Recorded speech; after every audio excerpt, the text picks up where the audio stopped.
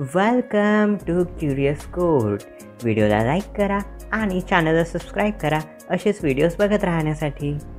तर most of the स्टुडंट्सनी आतापर्यंत cap round 2020साठी registration नक्कीच केलेलं असेल आणि जसं की मी आधीच्या व्हिडिओजमध्ये सुद्धा तुम्हाला सजेस्ट केलं होतं की एकदा तुम्ही ॲप्लिकेशन फॉर्म फायनली सबमिट केला तर त्याचं कन्फर्मेशन होतपर्यंत तुम्ही वेबसाईटला पुन्हा पुन्हा व्हिजिट करत राहा.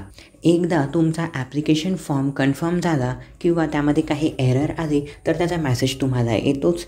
त्यानंतर जर तुमचा फॉर्म कन्फर्म झालेला असेल तर तुम्हाला कन्फर्मेशन लेटर डाउनलोड करायचं असतं आणि जर फॉर्ममध्ये काही एरर आली तर ते कशी रिझॉल्व करायची हे सुद्धा आपण बघूया.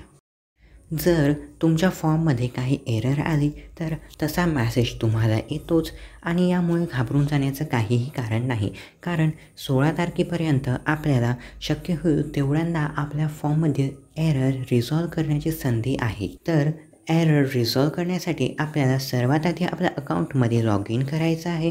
त्यानंतर एरर कोणत्या डॉक्युमेंटमध्ये आलेली आहे आणि एरर का बरं आली आहे हे सर्वात आधी आपल्याला प्रॉपरली समजून घ्यायचं आहे. त्यानंतर ती एरर रिझॉल्व करण्यासाठी आपल्याला काही ॲडिशनल डॉक्युमेंट्स द्यायचे आहेत का किंवा आपल्याला एखादं डॉक्युमेंट प्रॉपर फॉर्मॅटमध्ये अरेंज करावं लागतं हे बघून घ्यायचं आहे. त्यानंतर सर्व डॉक्युमेंट्स प्रॉपर फॉर्मॅटमध्ये अरेंज केल्यानंतर आपल्याला पुन्हा अकाउंटमध्ये लॉग इन करायचं आहे आणि आपली एरर जिथे डिस्प्ले झाली आहे त्याच्या पुढेच एक एडिट बटन देऊन आहे. त्या एडिट बटनवर आपल्याला सिम्पली क्लिक करायचं आहे आणि प्रॉपर फॉर्मॅटमध्ये आपल्याला डॉक्युमेंट्स पुन्हा अपलोड करायचे आहेत. त्यानंतर सिम्पली आपला डॉक्युमेंट पुन्हा व्हेरिफिकेशनसाठी जाईल. जर सर्व एरर रिझॉल्व झालेले असेल तर आपल्याला एक कन्फर्मेशन मेसेज येईल आणि त्यानंतर आपल्याला ते कन्फर्मेशन लेटर डाउनलोड करायला सांगतील. जर चुकून पुन्हा काही एरर येते तर सेम प्रोसिजर आपण वारंवार रिपीट करू शकतो. ओके. आता असे स्टुडंट्स ज्यांनी स्वतःच ॲप्लिकेशन फॉर्ममध्ये काही चुका केलेल्या आहेत, म्हणजे त्यांनी स्वतःच एखादी माहिती चुकीची भरली किंवा काही चुकीचं त्यांच्याकडून क्लिक झालेलं असेल तर अशा स्टुडंट्सना त्यांच्या फॉर्ममधील एरर्स दूर करण्याची पूर्ण संधी दिली जाते. त्यासाठी तुम्हाला CET सेलकडे एक ग्रॅव्हियन्स पाठवावं लागतं. ते ॲक्सेप्ट झालं तर तुम्हाला तुमचं ॲप्लिकेशन फॉर्म एडिट करता येतं. तर चला ते ग्रॅव्हियन्स कसं रेज करायचं हे बघूया. ग्रॅव्हियन्स रेज करण्यासाठी तुम्हाला सर्वात आधी CET सेलच्या पोर्टलवर जाऊन आपल्या अकाउंटमध्ये लॉग इन करायचं आहे.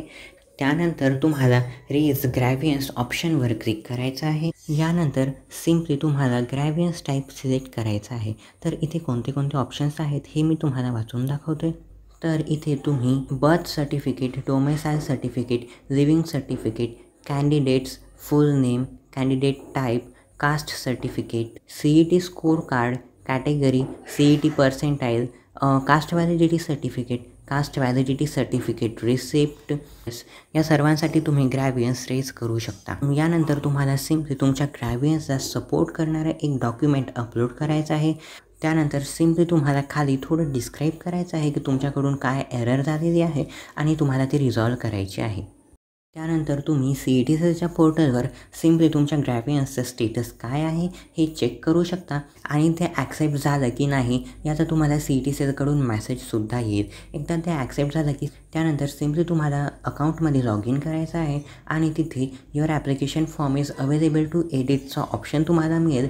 त्यावर क्लिक केल्यानंतर तुम्हाला फॉर्ममध्ये जे काही चेंजेस करायचे आहेत ते करू शकता. त्यानंतर तुमचा फॉर्म पुन्हा व्हेरिफिकेशनसाठी जाईल. मी हेच एक्सपेक्ट करतो की तुमच्याकडून चुका झालेल्या नसतील, पण जर काही चुकून झालेलेही असेल तरी हा व्हिडिओ तुम्हाला नक्की हेल्पफुल ठरेल. सो फायनली व्हिडिओला लाईक करा, शेअर करा आणि चॅनलला सबस्क्राईब करा.